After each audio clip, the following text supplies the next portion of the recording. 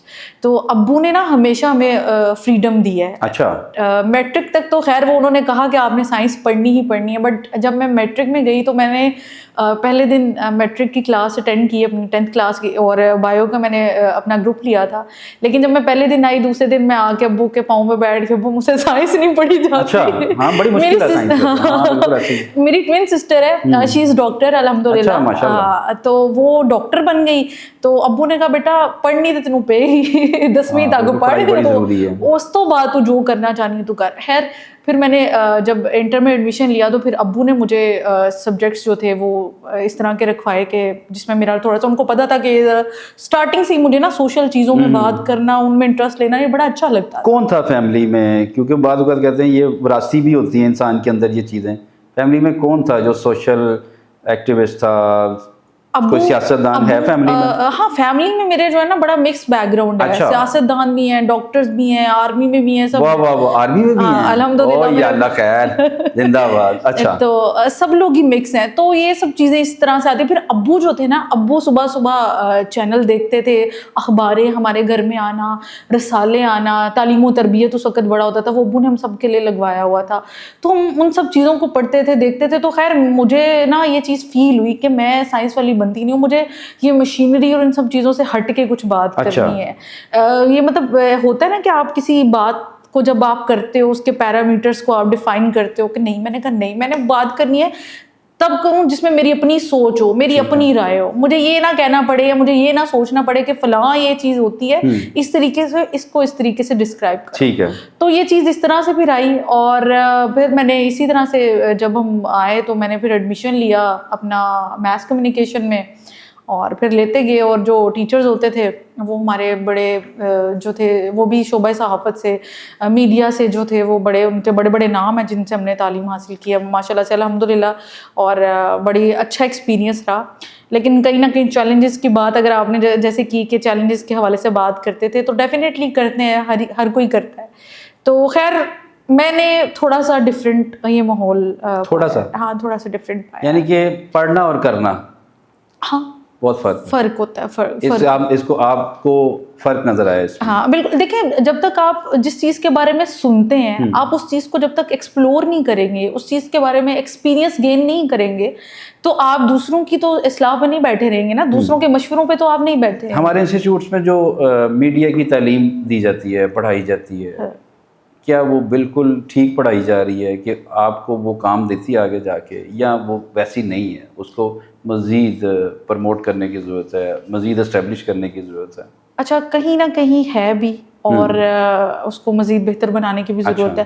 لیکن اگر میں اپنے ایکسپیرینس کے حوالے سے بات کروں نا، میں نے یہ چیز پائی ہے، ٹیچرس تو اسٹوڈنٹس کے اندر ایفرٹ پٹ کرتے ہی کرتے ہیں، ان کو اکساتے ہیں کہ آپ یہ کام بھی کرو، آپ وہ بھی کرو، آپ اس طرح سے بھی کرو. لیکن جب تک میڈیا پڑھنے والا اسٹوڈنٹ خود اپنی چیزوں کو لے کے پیشنیٹ نہیں ہوگا، وہ نہیں آگے جا سکتا. اگر میں اپنی بات کروں، میرے ساتھ جو میرے کولیگس تھے، جو میرے کلاس فیلوز تھے، وہ آتے تھے، وہ کہتے تھے بس ہمیں ڈگری چاہیے. اچھا، ہمیں ڈگری چاہیے، ہم نے میڈیا کی صرف ڈگری کرنی ہے، ہم نے کیا کرنا ہے، ہم اپنے بزنسز کریں گے، بس ہمارے پاس ڈگری ہونی چاہیے، یہ وہ ساری چیزیں. تو میں اس پرسپیکٹو سے نہیں سوچتی تھی. میں کہتی تھی میں نے اگر میڈیا پڑھنا ہے، میں نے یہ کرنا بھی ہے. تو آج میں الحمدللہ اس فیلڈ میں بھی ہوں. اور اگر میں اپنے دوستوں کو دیکھوں تو کسی کی شادی ہوگی، کوئی بزنس کر رہا ہے، لیکن وہ فیلڈ میں نہیں آ سکے. نہیں آ سکے. کتنے آپ کے کلاس فیلوز ہیں جو اس فیلڈ میں ہیں؟ میرا خیال ہے 8 سے 9 تھے جو نہیں آ سکے. آپ کا پیشن ہے یہ میڈیا انڈسٹری میں کام کرنا؟ میرا آپ کی ضرورت نہیں ہے، آپ کا شوق ہے. شوق ہے، میرا شوق ہے. اور جس کی ضرورت ہے وہ بھی آپ کے کولیگ ہوئیں گے جو ضرورت کے تحت کام کرنے کے لیے آتے ہیں، اور ایک شو کے لیے کام کرنے آتا ہے. کیا ان کا کیا آپ کریں گے، کیا ڈفرینٹ ہے ان دونوں میں؟ دیکھیں جو شوق سے آتے ہیں نا ان کو پھر یہ ہوتا ہے کہ پیسوں کی ضرورت اس طرح سے محسوس نہیں ہوتی. وہ کہتے ہیں کہ ہم نے شوق کے لیے کرنا ہے. لیکن جو ضرورت کے لیے آتے ہیں وہ شوق چاہے رکھتے نہ ہو لیکن ان کو پیسوں کی ضرورت ہوتی ہے تو وہ پیسوں کے لیے کام کرتے ہیں. وہ کوشش کرتے ہیں کہ وہ بہتر سے بہتر جگہ کے جائیں. صرف پڑھائی کی تھی نوکری سے؟ جی پڑھائی کی نوکری کے لیے ہاں اور تنخواہ کے لیے کہ منڈا ساڈا پڑھ لی جائے گا یا کڑی ساڈی پڑھ لی جائے گی یا بیاہ ہو جائے ہاں کہ نوکری کرے گی تو نہیں تنخواہ آنی شروع ہو جائے گی. یہ ایک انویسٹمنٹ مائنڈ کے لوگ جو ہیں وہ اس طرح بچوں پہ انویسٹ کرتے ہیں. بالکل ایسی بات. لیکن میرا خیال ہے ہر کام شوق کے ساتھ ہوتا ہے ڈیفینیٹلی. آپ بالکل شوق جو ہے وہ بندے کو پروان چڑھاتا ہے, ترقی دیتا ہے. بالکل ایسی بات ہے کہ شوق جو ہوتا ہے نا وہ آپ کو آگے لے کے جاتا ہے, لڑنے کی طاقت دیتا ہے ہر قسم کے حالات. ہاں میں آپ سے یہی بات کرنے لگی تھی کہ جو شوق ہوتا ہے نا وہ آپ کو کمپرومائز کرنا سکھا دیتا ہے. اگر میں دیکھوں میری لائف آج بھی اگر میں دیکھوں تو الحمدللہ اگر میں اس انڈسٹری میں ہوں تو میں یہ نہیں کہ میں صرف میں اپنے آپ کو خود ہی فائنینشلی سپورٹ کر رہی ہوں, مجھے اسٹل ابھی بھی میرے گھر سے فائنینشیل سپورٹ آتی ہے. تو کہیں نہ کہیں ایسا بھی ہوتا ہے میں تھوڑا سا ڈاؤن بھی فیل کرنا اسٹارٹ ہوتی ہوں, پھر اکثر مجھے گھر سے بھی کہتے ہیں کہ تمہیں ضرورت کیا ہے یا تم آ جاؤ واپس یہ کر. لیکن پھر کہیں نہ کہیں میں سوچتی ہوں کہ اگر ہار مان لی تو نہیں, کیونکہ ان کو پتہ ہے کہ میں تو سوئی ہی نہیں تھی گھر سے اٹھتی کیونکہ نیند بڑی انسان کو بڑا کمفرٹ پیارا ہوتا ہے.